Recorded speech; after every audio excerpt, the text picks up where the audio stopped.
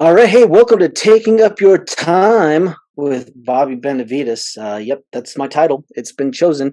That's how it works. Exciting, exciting stuff. So here we are at the um, intro episode of the podcast. So it's gonna be fun. So if you're watching this, because I'm gonna be putting this on my YouTube page. So Bobby B Comedy, you can find it there.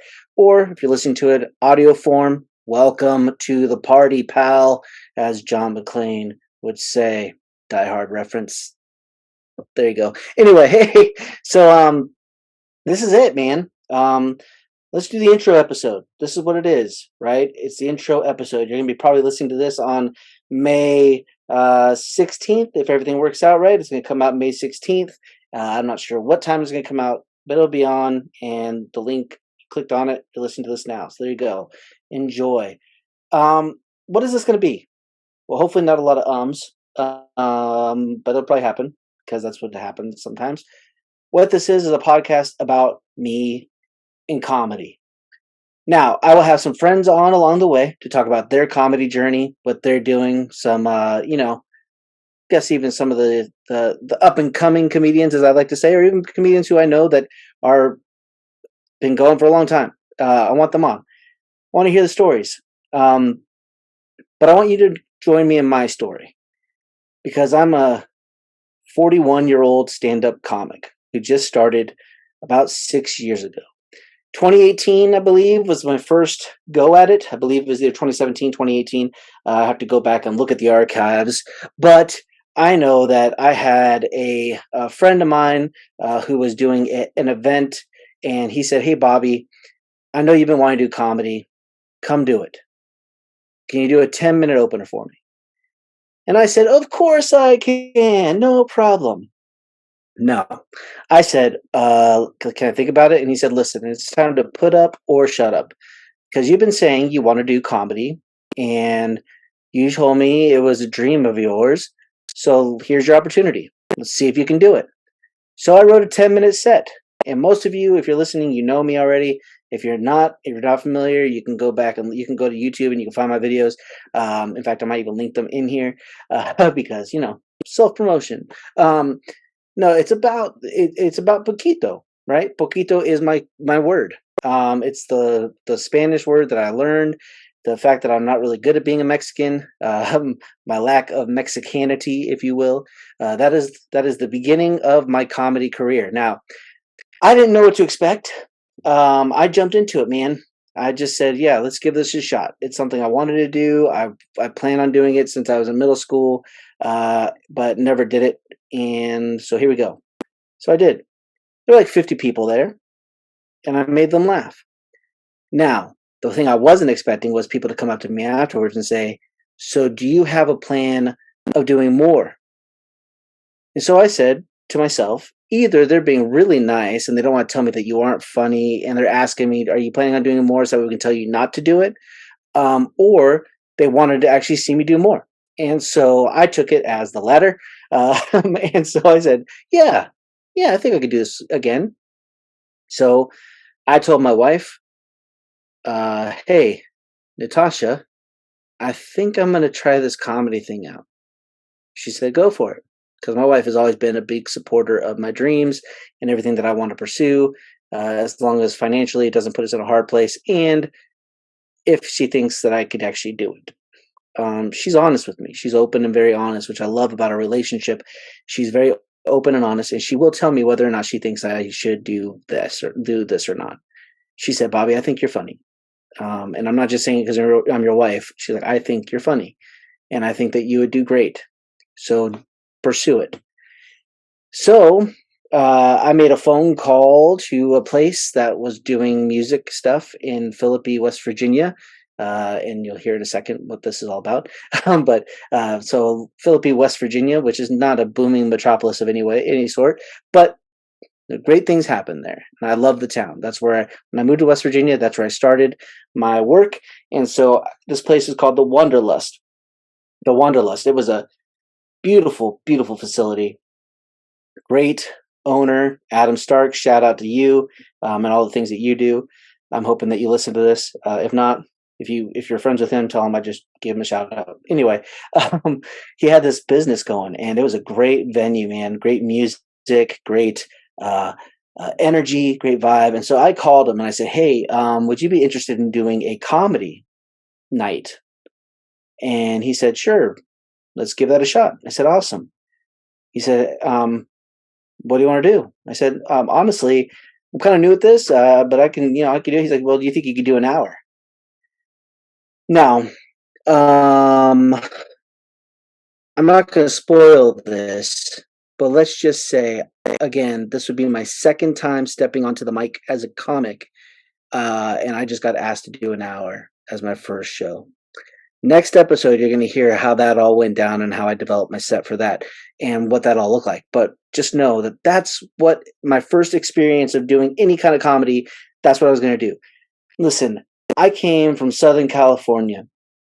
I came from a place where I love stand up comedy. My middle school years, Chris Farley. I watched Eddie Murphy Raw when I probably shouldn't have been watching Eddie Murphy Raw. But I watched, of course, like I said, Chris Farley, Saturday Night Live. I watched Saturday Night Live all the time. I loved watching Saturday Night Live. Mike Myers. I love watching Dana Carvey. And then, of course, like as I got older into high school, Brian Regan. I love Jim Gaffigan. I loved all of this stuff. Like I was into comedy. That was where I found joy. I love watching like stupid comedies, Adam Sandler movies. Right? I'm not saying Adam Sandler movies are stupid, but most of them are. Yeah, but I enjoy them. Romy and Michelle's High School Reunion, by far one of the best movies ever made. I enjoy that. Chris Farley's Tommy Boy, obviously one of my favorite movies of all time. Jack Black, the movie Orange County, moved me. Right? I love Jack Black's humor and just the way he does things. Zach Galifianakis, so good. Again, those are the comics that I was like, man, this is it. This is what I want to do. But I just never found the avenue or the opportunity, I guess you could say, to do it. Because then, at the age of 20, 21, I moved to West Virginia. Now, those of you who do know me, I'm a pastor. I came to West Virginia to do ministry, and West Virginia is not known for a comedy scene. Okay, it's music. Music is big here. Great musicians come out of West Virginia. Some of the most beautiful music you'll hear comes out of West Virginia. I love it. But comedy is not really something that's huge here. And so my journey in comedy is in a state that doesn't know much, or not say doesn't know much. It's not a huge avenue for comedians. You don't see a lot of big name comics coming into town.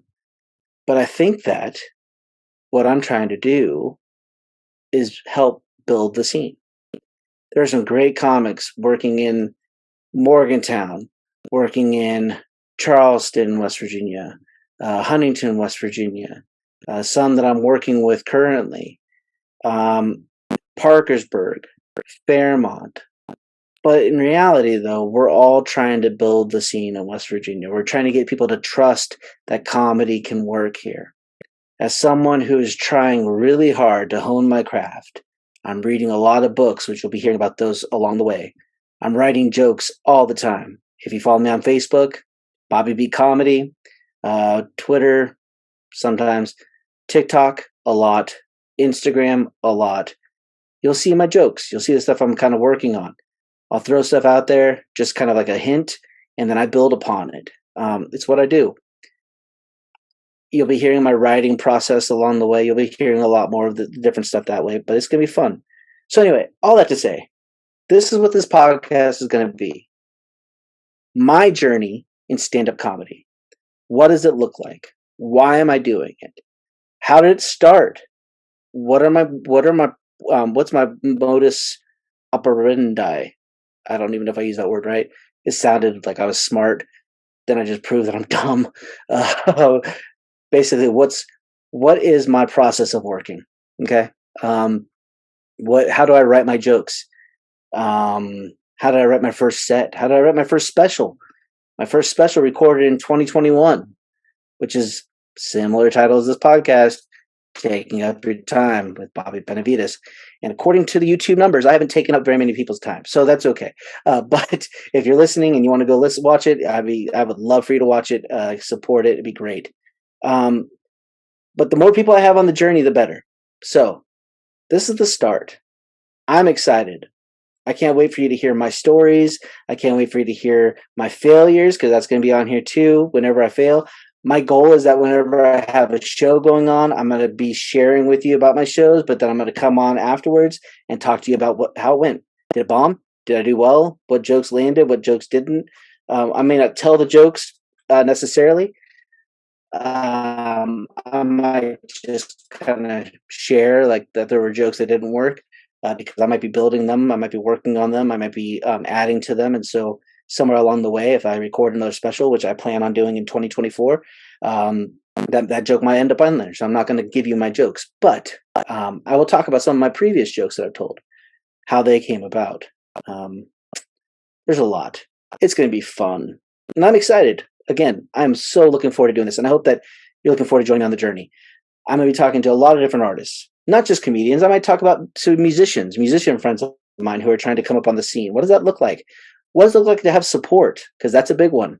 How do we know that we're supported? What does it look like to see friends that, and at our shows, and to even have friends who share our stuff on Facebook, on social media, what that means to us? Because honestly, some people, and I'm going to share this, even though I'm probably going to share this story again, but some people, if you're not like a big name comedian on Netflix or Amazon or whatever, like some people just like, are you even good? I actually had people say that to me.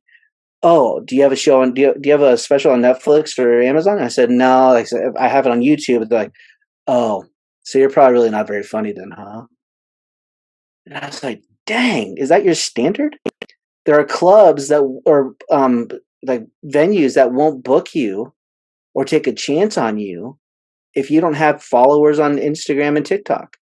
You might have people who say that they'll show up to your shows, but if they don't see on TikTok and Instagram that you have a certain amount of followers, they won't even take a risk with you. And that's sad, but that's the reality. I just listened to, if you're a fan of Nate Bargatze, who's become my favorite comedian of honestly ever. If you listen to his Nate Land podcast, he actually was talking to another comedian about that, about how some clubs won't even book you unless they see that you have over 1,000 followers on Instagram and TikTok. If they don't see that you have an audience that is following you, they aren't even going to give you a chance. So when I have, if I'm on Facebook, Instagram, TikTok, and I'm sharing stuff and I don't have friends sharing my stuff, that actually hurts, because, that's how people are going to learn about me. And then that's how places are actually going to want me to show up and do my comedy. So if you're hearing this and you're a friend of mine, please share this, share my stuff, support it. Even if I don't seem like I'm that funny to you, I might be funny to other people. Share it, because it helps me and it helps support the work that I'm trying to pursue. Because honestly, this is a goal of mine. I want to continue being a pastor for as long as I can. But I want to be a comedian. I want to be a comedic pastor. And I'm going to be talking a little bit about that, what that looks like too. A lot. I'm going to be talking about a lot. So this is going to be a fun time, guys. This is probably the longest intro, but I want you to have an idea of what's coming. You're hearing my energy because I'm excited about what's going on. I'm looking forward to next episode where you hear about my first set. You hear about my first show and what happened there, and how I wrote to try to make it funny. And I ran my jokes through my wife and made sure that they landed okay with her. And if she thought they were funny, then I believe that they were going to be funny for a lot more other people. And what happened there. And we'll be talking a little bit about support, what that looks like, and why it's important. So I am going to end the intro that way. Again, thank you for joining me on this journey. If you want, please, or actually, no, don't know if you want. No, I need you to hit subscribe. Subscribe to this podcast. If you're watching this on YouTube, subscribe to my YouTube channel. If you're listening to it and you can, copy the link, post it into social media, right? Whatever social media you want to post it onto, LinkedIn, Twitter, Facebook, whatever, right? Do it, share it, because the more people that can join in the journey, the better it is for stand-up comics like myself in this day and age to get myself known and to get people along the way on the journey, because it's going to be a fun ride. And until I stop doing comedy, this podcast will continue. So help me keep doing comedy. And if you don't share it and subscribe to it, then I'm going to know that you just don't want me to do comedy. And that's okay. But it makes me sad because I like making people laugh. All right, that's it. Our McLaughlin song. Make you want to support me like I'm a dog that's been mistreated for a long time. I don't know. Okay, I'm ending. I promise. Thanks again for joining. This is Taking Up Your Time with Bobby Benavides. Follow me at Bobby B Comedy. Go to my website. All the links are in my show notes. Bye, guys.